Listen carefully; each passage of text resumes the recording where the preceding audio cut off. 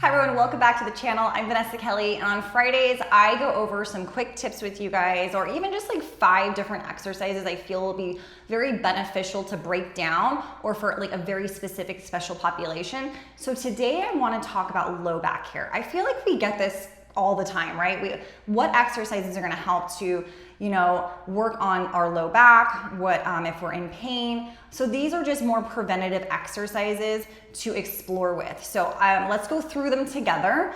And the first one's going to be in a bridging position. So we'll go over 2 different types of variations. I call this one the typewriter. So I'm gonna have us go on, let's just go 2 mediums and a light spring here so that we have a lot of support from the springs. Headrest is gonna go down flat, and let's make our way onto our back here.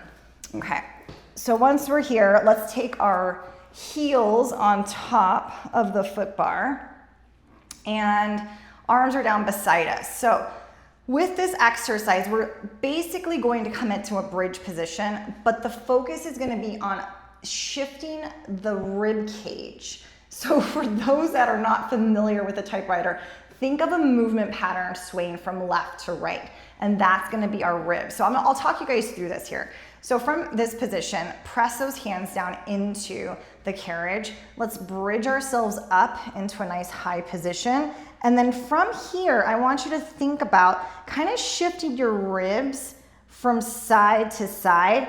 The tricky part is not moving your knees, okay? So you're gonna be like, well, I don't know, I don't feel like I'm really doing much, but you really are. So hold that, let's go down another level. So you're just, what I mean by level is that we're lowering our hips towards the carriage, and then try it again. And what I find is that as I lower my hips down towards the carriage more, I can feel where the lateral shifts are occurring. And I'm just stickier more so on my left side, where I have a lot of mobility moving to my right. And then one more, let's come down a little lower, so you're almost like hovering. And then again, feel the ribs shift to the right, feel the ribs shift to the left. Good, 2 more each way. And at the same time, you're feeling tons of support from the backs of those legs, which is also helping to support lower back health here. And then lower everything down for me.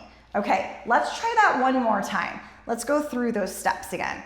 So we're going to lift up into a bridge, okay? Once we're here, begin to shift your rib cage to the right and to the left. I'm keeping my hands on my hips to avoid kind of pushing with my hips because I want the press to be with the ribs. And coming back, let's lower the hips a little bit. And again, moving those rib cages to one side each. And I already can feel the difference in this second set as opposed to the first set. And shift and shift. Good, lower down one more level. This is our 3rd level. And over and over. And I'd like to do 3 each way at each of the levels here. 1 more each way. And I definitely noticed the shift in my whole body here. So hopefully you guys noticed that too. It could take a minute, like a few of those, to get comfortable with that kind of dynamic movement, but play with it. Trust me, it really does help open up the entire portion of the back if you're feeling a little bit more on that stiff side. So the second exercise is we're gonna add a bridge with a hip dip. So we're gonna potentially come up into your bridge position here, okay? Now taking the right ankle over the left knee, you're gonna go ahead and angle your right hip towards the carriage, towards the floor, and then back through center to square. So I call it a teapot, where you're dipping, you're pouring the tea into the teacup and then back in. And you're gonna feel this hip flexor stretch, which our hip flexors are attached to our abdominal muscles that attach into our low back. So when the hip flexors are tight, it can also trigger some of that low back pain and discomfort. Let's do one more.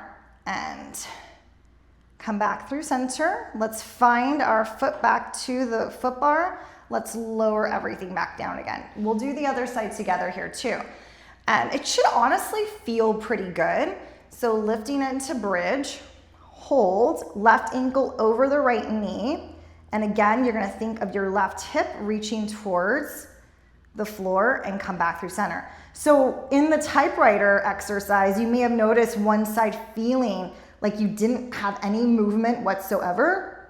You might even notice like, oh, I feel like now I can feel where that's coming from when you're doing these little hip dips here.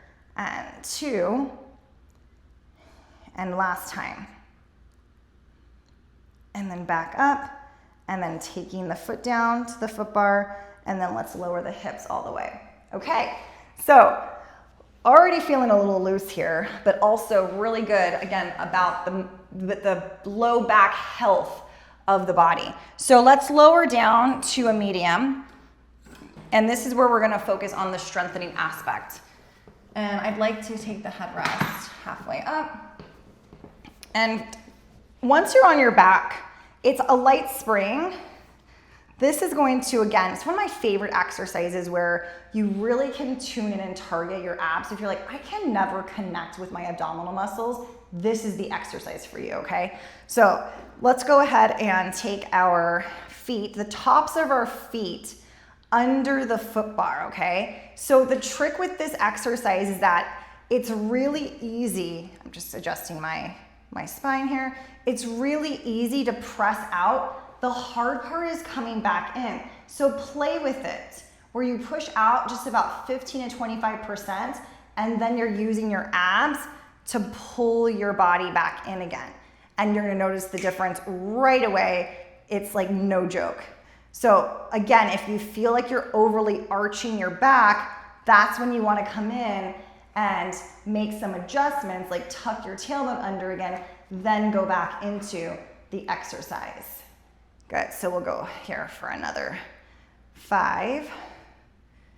Really imprint. If you've never imprinted your low back before, this would be the time to do that to added protection. 3. And try to relax your neck and shoulders. 2. And 1. So good. Such a great exercise to help strengthen the core here. So it's one of my favorites to do. Let's go ahead and get into the 4th exercise. So carefully go ahead and sit yourself up. And this one we're gonna do on our, I'm gonna take the foot bar down, so let's do that. But we're gonna be on our knees here. I'm gonna stay with the same medium spring, and then let's take our feet to have them supported by the shoulder blocks here. Now, from here, there's like a 2-part section. You're gonna keep your shoulders over your wrists, and I just want you to start to play with pressing back with your lower portion of your body. But nothing is moving with the upper portion of your body. Now, using your abs, glide yourself back in to a nice all fours position so that your knees are directly under your hips. So we're pressing out there. You can probably feel your legs doing the work here, but use your abs to pull back in. And then let's go ahead, 2 more like this, out. And then use your abdominal muscles to pull back in. 1 more. Using your breath. Great. So then the next portion of this is you're gonna keep your hips exactly where they're at, and now you're going to, again, press with your upper portion of your back. So from here, and then you're gonna really challenge to feel the muscles alongside your back, so your lat muscles, to pull you in again, so you're not collapsing down. And then let's press on back. So you're going into extension. You can even feel like your tailbone's reaching high to the sky, and then using those muscles to drag you back in. So once we've done a variation of these, then we can add a little combo. Let's do 1 more like this.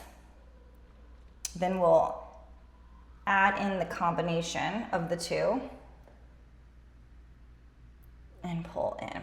Okay, so what I mean by that is now we're gonna start by pressing out with the lower portion, then you're gonna press out with the upper, okay? Now you're gonna pull in with the upper and then pull in with the lower. Let's do that 2 more times.